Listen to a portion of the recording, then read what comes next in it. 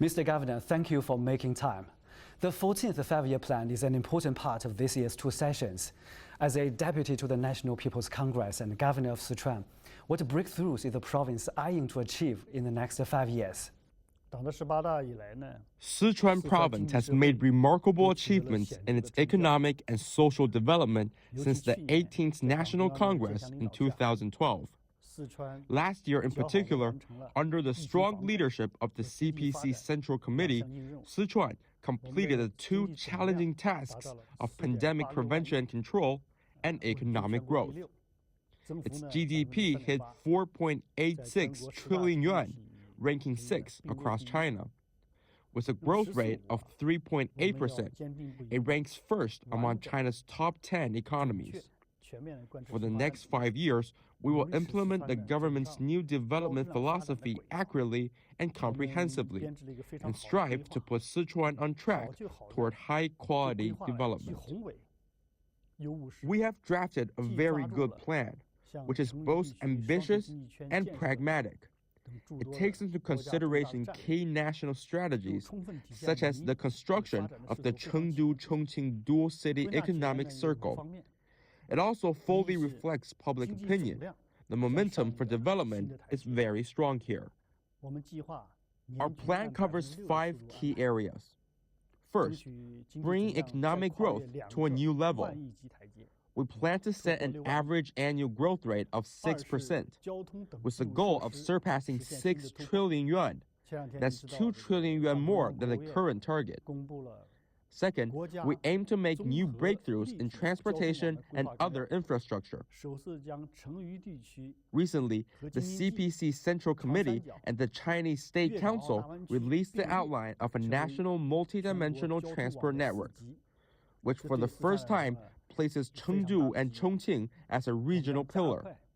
Along the likes of the Yangtze River Delta region, the Guangdong, Hong Kong, Macau Greater Bay Area, and the Beijing, Tianjin, Hebei region.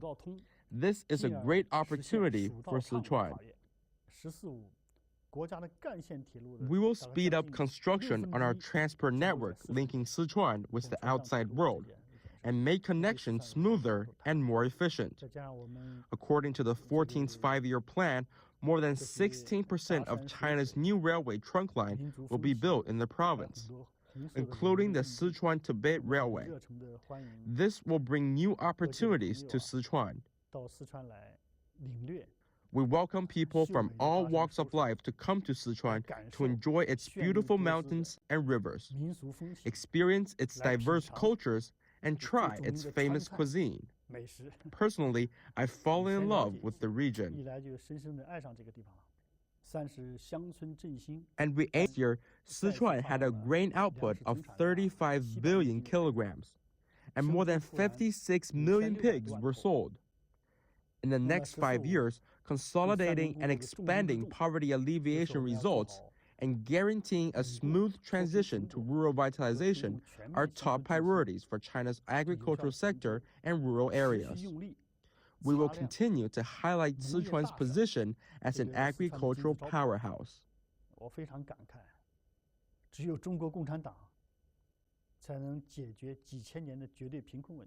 I'm deeply impressed that the Communist Party of China can solve the problem of absolute poverty, which has existed for thousands of years. Sichuan used to be one of the poorest in the country, but things have changed a lot. After consistent efforts, we have solved the problem. But how can we consolidate the results? It's necessary to promote overall vitalization, especially that of rural industries. Why did I put improving transportation and infrastructure first? Because inconvenient transport systems and inadequate infrastructure are usually in poor areas. The government should prioritize efforts to solve these problems. Once solved, along with favorable policy support, people in poor areas will be able to improve living standards on their own. We've made rural revitalization a top priority for our agricultural sector. President Xi Jinping has said that the state's power lies in the people, and that the people are power of the state. Indeed, the people mean everything to us. We must do a good job. Moreover, we will also work to protect ecology and the environment. With its location on the upper reaches of the Yangtze and Yellow Rivers, Sichuan is an important ecological barrier for the country. We should stick to the path of green development and win the battle against pollution, so the skies will be bluer, the mountains greener, the water clearer, and the air cleaner. We're also committed to improving people's well-being. In the next 5 years, we aim to increase investment in improving livelihoods, solve problems in employment, healthcare, and education, and prioritize challenges and issues the public is most anxious about in order to give people a better sense of happiness, fulfillment, and security. In the next 5 years, Sichuan has a number of strategic opportunities to work on, which is unprecedented. Maintain its growth for thousands of years. Things have been different since the establishment of the Chengdu Eastern New Area, the Tianfu New Area, as well as the Tianfu International Airport. It has opened up a whole new development pattern for the city. Along with the Chengdu-Chongqing dual city economic circle, all these will inject new vitality to Sichuan's overall growth and future. China is placing a lot of focus on city clusters. Here in the southwest, there's the Chengdu-Chongqing Regional Economic Zone. Right now, people between the two cities can travel within just 1 hour via the high-speed train. What more can be done to further benefit people in this region? The Chengdu-Chongqing dual city economic circle is a major national strategy tailored to the region's development. It's a great opportunity for Sichuan's goal of high-quality growth and opens up a new area for development like never before. Sichuan and Chongqing have been closely connected since ancient times. We have established a coordination mechanism with Chongqing. We've also jointly planned and promoted major projects, policies, and reform measures. There will be 3 aspects of change. First, transportation will be faster. In December last year, we upgraded the Chengdu-Chongqing high-speed railway to better serve commuters. The travel time has been cut down to 1 hour. This year, we will begin construction on another high-speed railway between the two cities. Once completed, the travel time will be less than 45 minutes. Second, there will be closer collaboration between different industries. We broke the boundaries of administrative divisions and set up some new provincial-level districts.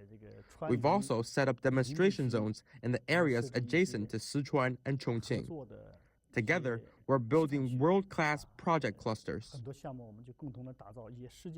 Third, administrative affairs will become more convenient for the public. Last year, a mechanism was launched to streamline procedures. For example, it used to take more than 10 days for people to transfer their household registration due to the back and forth travel between Sichuan and Chongqing. Now, it can be done in just 10 minutes in either city. This year, we aim to launch more procedures to make things easier. Sichuan province is historically strong in its agricultural exports, but in recent years, it has attracted investment in high-tech sector. Do you think the present economic structure is optimized? Sichuan has rich resources in science and education. We have 132 higher education institutions and a number of scientific research institutes and innovation platforms. As President Xi Jinping puts it, the essence of building a new pattern of development is achieving high levels of self-reliance and self-improvement. Here in Sichuan, scientific and technological innovation is our top priority this year. We plan to build a laboratory in Tianfu as a world-class center for scientific research, which we hope will attract first-class scientists and contribute to national self-reliance and self-improvement in science and technology. Over 70% of Fortune 500 companies have a presence in Sichuan. How does the province plan to further open up and maintain or even increase its global standing? That's a good question. So far, we have laid a solid foundation for development. Today, Sichuan operates 130 international air routes, and there are 38 major passageways out of Sichuan. Its freight trains connect with 58 cities abroad. Last year, a total of 2,440 freight trains ran between Europe and Chengdu, making it the top route in China for the fourth consecutive year. Chengdu has 367 sister cities across the globe, and there are 20 consular offices in Sichuan province. It's also worth mentioning that the Tianfu International Airport will soon be operational. This will make Chengdu the third city after Beijing and Shanghai to have two international airports, and the only one with a direct link between the two facilities. This is a huge advantage for us. We're also making continuous effort to improve our business environment. We invite talents from overseas to come to Sichuan to stand out in their careers and realize their dreams. Chengdu City will host the 31st World University Games. It's like the Olympics for college athletes. What's the current state of preparation, and what changes will these games bring to Sichuan's development in the future? This year, we celebrate the 100th anniversary of the Communist Party of China. The Summer Universiade, which is the first global sports event in the country, will let the whole world see a striving China, a vibrant Sichuan, and the happy city of Chengdu. I'm becoming more and more aware of why Chengdu has ranked as one of China's happiest cities for 12 consecutive years. The people of Sichuan are very optimistic and very open-minded. Their happiness has nothing to do with money. They have a very positive attitude. In my opinion, it's really the best place to live and work. I often tell people around me that when you sit in an office, you'll be faced with problems to solve and worry about. When you go out for a walk, you may come across the solutions. At the height of the pandemic, many people here in Sichuan maintained a sound state of mind. They cooperated with us and supported our work. I think we're lucky to be able to integrate into the Sichuan environment.